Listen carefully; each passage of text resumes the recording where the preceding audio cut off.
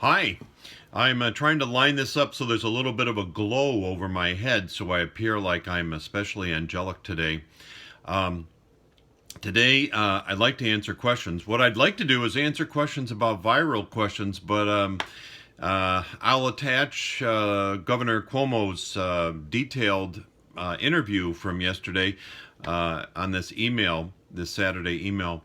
Um, and he's answered quite a few questions, but we're still in undiscovered territory. I know many of you are asking about Easter, and we have an idea, but of course it depends on how things are going to go.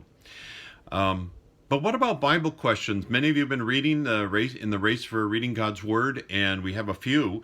One was a good questions about commandments. You know, if you read in the Gospels that Jesus was asked about the greatest commandment, to love the Lord your God with all your heart and soul, mind, strength, and your neighbor as yourself.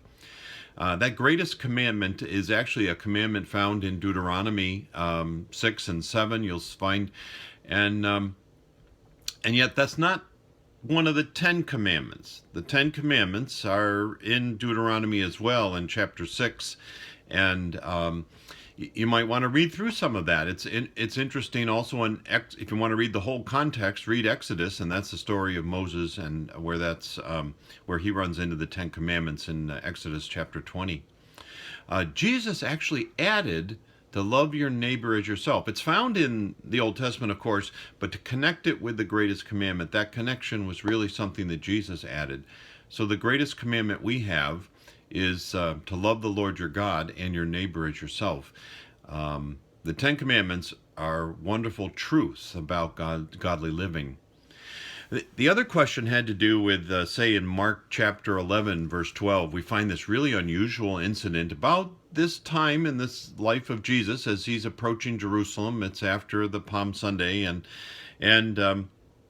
he and his disciples are walking by a fig tree, and he reaches down and he doesn't find a fig there.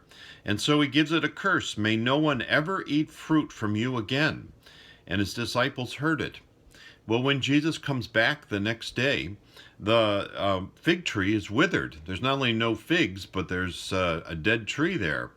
Um, because Jesus didn't do it to all fig trees, and it was a particular fig tree that they came back to, it's clear that Jesus was actually trying to use this as an object lesson.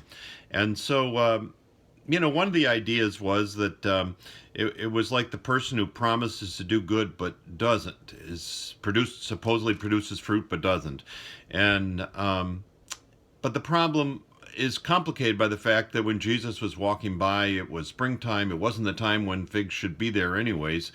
So it really is an illustration, an object lesson Jesus was using.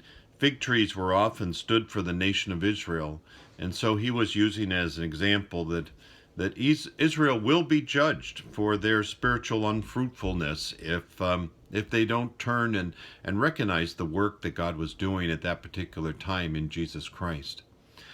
Good questions. And send them along on email, and be sure to check out our worship service online. I'll send out the email on that probably Saturday night, Sunday, and you can watch an abbreviated service that we did for your video pleasure and worship. Thanks.